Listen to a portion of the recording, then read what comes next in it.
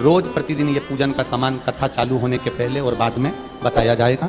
1 लोटा जल, गेहूं के 21 दाने जिससे वंश वृद्धि के लिए रहें, कमल गट्टे 5 क्योंकि कमल के फूल नहीं मिल पाते इसलिए कमल गट्टे बाबा देवाधिदेव महादेव को चढ़ाने के लिए, चावल साबुत दाने मतलब आखा दाना, चावल टूटा हुआ ना हो, 108 दाने चावल के, काली मिर्च 21, काली तिल 1 चुटकी, धतूरा 1, बेलपत्र 7, शमी के पत्र 7, गुलाब के फूल लाल मिल जाएं तो सबसे अच्छी बात है 7, ना मिले तो सफेद पुष्प भी चलेंगे कोई से। गोल सुपारी, पूजन की सुपारी 3 क्योंकि 2 गोल सुपारी का गणेश जी गोरा जी बनेगा, 1 सुपारी का संकल्प, जनेऊ का जोड़ा 2, देसी घी का दीपक 2, 1 दिया अखंड चलेगा अभिषेक तक और 1 दिया आरती उतारने के लिए, फल 5, मिठाई प्रसाद जो तुम्हारे घर में हो, गुड़ हो, शक्कर हो या जो आप बाबा को भोग लगाना चाहो आपकी मर्जी, इत्र, पीला चंदन कुछ मात्रा में, मौली, तलेवा नाड़ा जो हाथ में बांधते हैं लच्छा वो, कपूर आरती के लिए, लौंग इलायची बाबा को तांबुल के लिए, पंचामृत थोड़ा सा कटोरी में भी बना ले, थोड़ा सा अलग भी रख लें, दूध, दही, घी, शहद, शक्कर, गंगा जल आदि ये भी रखें, और शिवलिंग बनाकर तैयार रखना। रात्रि को 9 बजे पूजन की थाली लगाकर रखना जिसमें रोली, मौली, चंदन, अबीर, गुलाल सब रखा हुआ हो, ऐसी थाली लगाकर रखना। और बाबा की तैयारी, कोई ब्राह्मण देव, भूदेव, विप्रजन, ब्राह्मण जन अगर आपके परिचित में हो तो उनसे भी आप बुलाकर साथ में ऑनलाइन अभिषेक के साथ में आप कराइए, भाव के साथ में। नहीं मिले ब्राह्मण तो आप खुद घर के, अब की बार रात्रि को 9 बजे इसलिए रखा क्योंकि पुरुष भी आ जाए, क्योंकि वो भी दिन भर दुकान पर बैठते हैं, नौकरी में रहते हैं। हम तो बाबा से ये प्रार्थना करेंगे कि जो अभिषेक में बैठे और जो वो काली मिर्ची समर्पित करे उसकी जिंदगी में कभी कोई बीमारी ना आए, बस इतनी कृपा करें। प्रथम सुख, पहला सुख कौन सा है? निरोगी काया। दूसरा सुख है घर में आया। हमारे घर में हम स्वयं पार्थिव शिवलिंग का निर्माण करें। 1 घंटे 9 बजे से 10 बजे तक रात्रि को 15 तारीख को ऑनलाइन शिव जी का अभिषेक शिवरात्रि के दिन सावन महीने का होगा। ये भाव के साथ हम अलवर की भूमि से कराएंगे। आप सब अपने अपने घरों में परिवार के साथ आनंद के साथ बैठकर एक उत्साह के साथ में, मुंह उतार कर नहीं, मेरा बाबा शिवरात्रि के दिन तुम्हारे घर में सावन के महीने में आ रहे, खुशी के साथ, खूब आनंद के साथ, उत्साह के साथ में।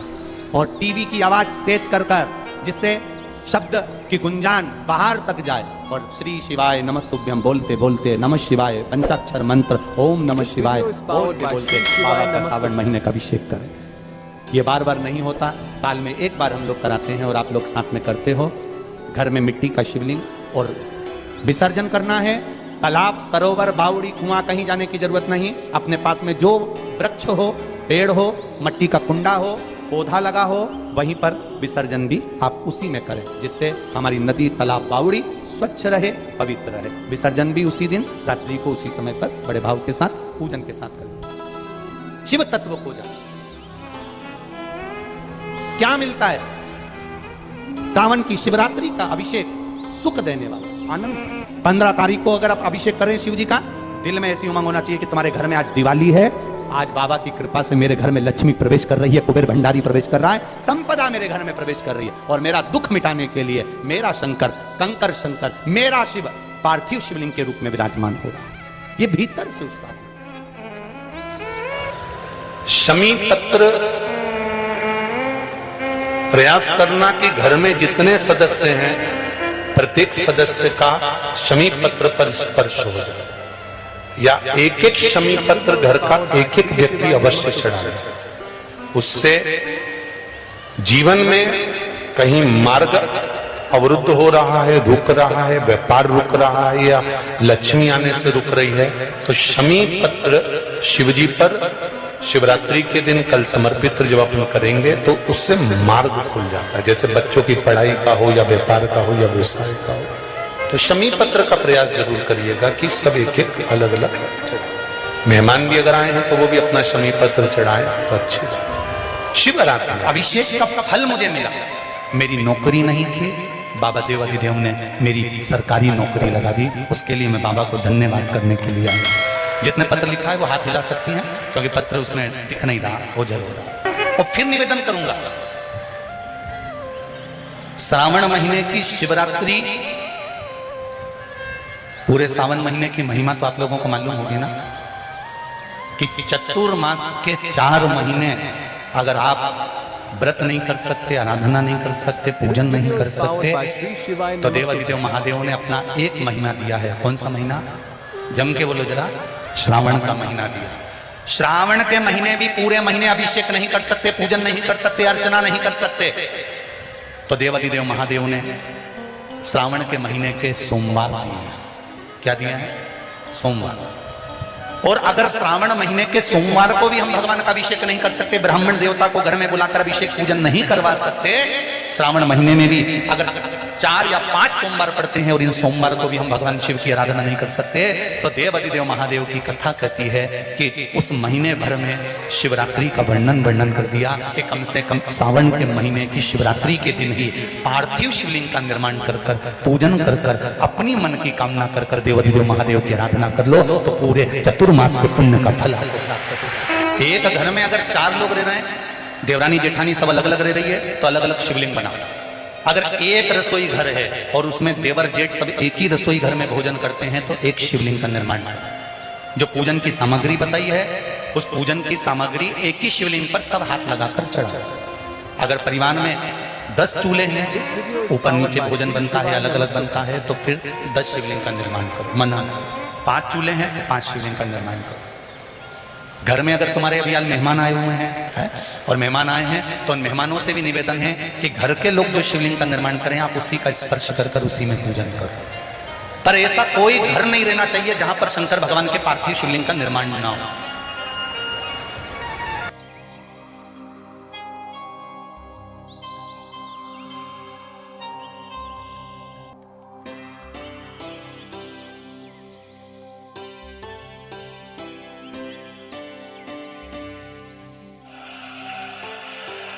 मनुष्य का,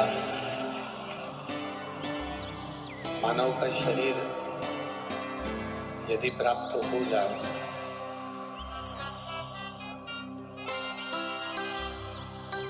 तो इस शरीर को व्यर्थ नहीं गवाना। इस शरीर के द्वारा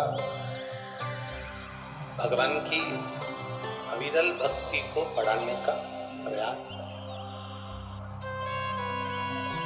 देखिए, शरीर से मंदिर पहुंच जाना, शरीर से कथा में पहुंच जाना, शरीर के द्वारा तीर्थ चले गए, मंदिर चले गए, चले गए, मंदिर पहुंच गए, कथा में पहुंच गए, तीर्थ पहुंच गए, ये एक अलग प्रसंग है।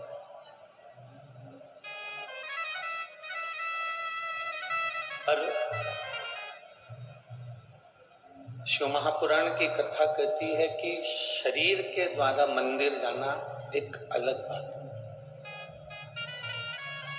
शरीर के द्वारा कथा में जाना एक अलग विषय है।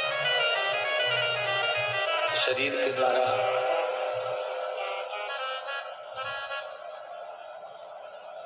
तीर्थ जाना एक अलग विषय है। पर शिव कथा कहती है कि शरीर से ज्यादा जरूरी है आपका मन, आपका चित्त, आपकी बुद्धि परमात्मा की शरणागति तक जाए, भगवान की कथा तक जाए, भगवान के भजन तक पहुंचे। पीछे आवाज नहीं जा रही आशीष? तो परेशान हो रहे हैं।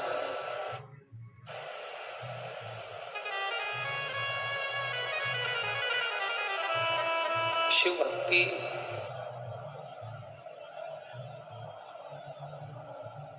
शरीर की मूलता से नहीं है। शिव भक्ति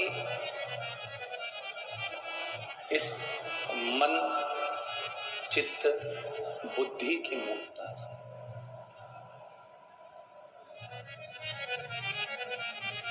एक बार हमने कथा में पहले वर्णन किया था, जिक्र करते हैं कि एक शरीर के द्वारा जल चढ़ाना, शरीर के द्वारा जल समर्पित करना, और एक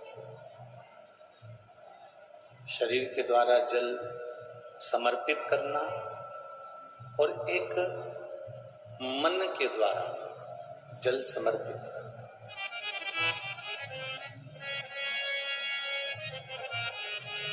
बड़े सावधानी से समझिएगा इस कथा को, जो तुम्हारी जिंदगी बनाने वाली है। एक शरीर के द्वारा शिवजी को जल समर्पित करना, शिवजी को जल चढ़ाना, और एक मन के द्वारा भगवान शंकर को जल समर्पित करना।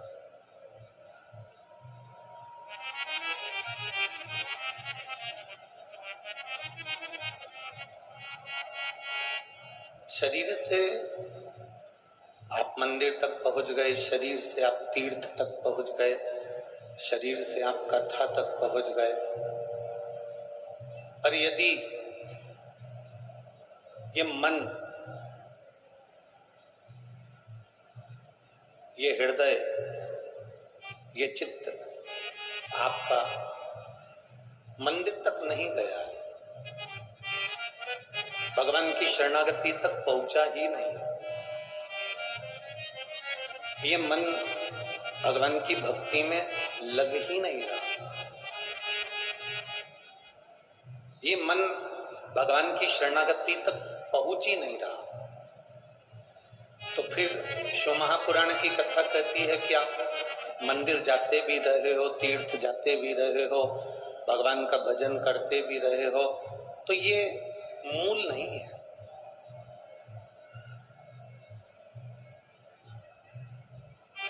इस मन को, इस चित्त को, इस हृदय को परमात्मा की शरणागति तक लेकर जाना है।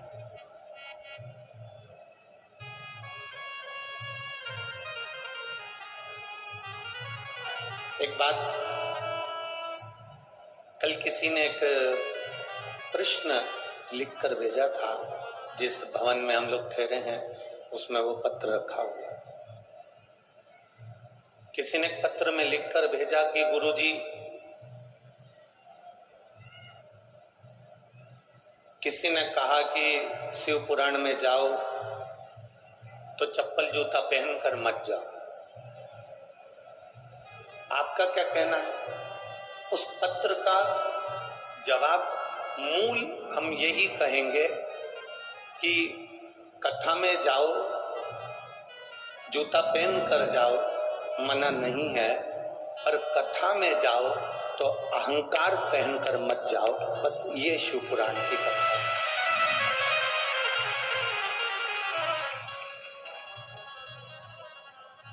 चप्पल उतार दोगे, जूता उतार दोगे और मालूम पड़े तुम्हारे भीतर अहंकार इतना ज्यादा हो गया कि तुम कथा में जाकर बैठ भी गए और अभिमत्ता में भूल गए, तो वो कथा श्रवण करने का कोई लाभ नहीं है, वो कथा सुनने का कोई आनंद नहीं, कथा सुनने का कोई सुख नहीं।